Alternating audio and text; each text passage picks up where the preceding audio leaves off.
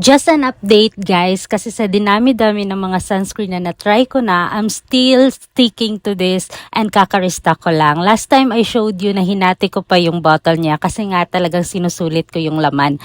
Ganun ko ka-love ang product na to. So far, super hiyang ng skin ko dito.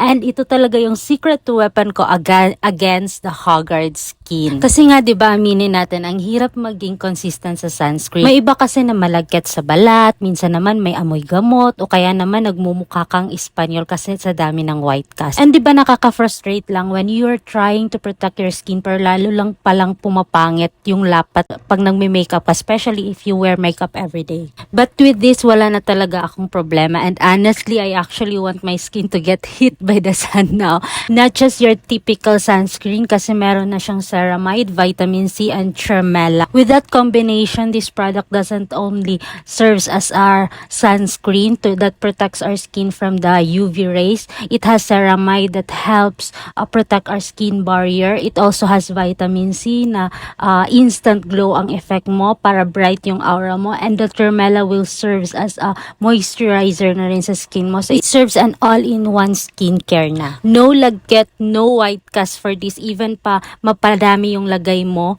and very affordable choice din. Kahit pa estudyante ka, afford na afford mo to. Kaya kung naghahanap ka ng sign para mag-switch or mag-restock to your sunscreen, this is it.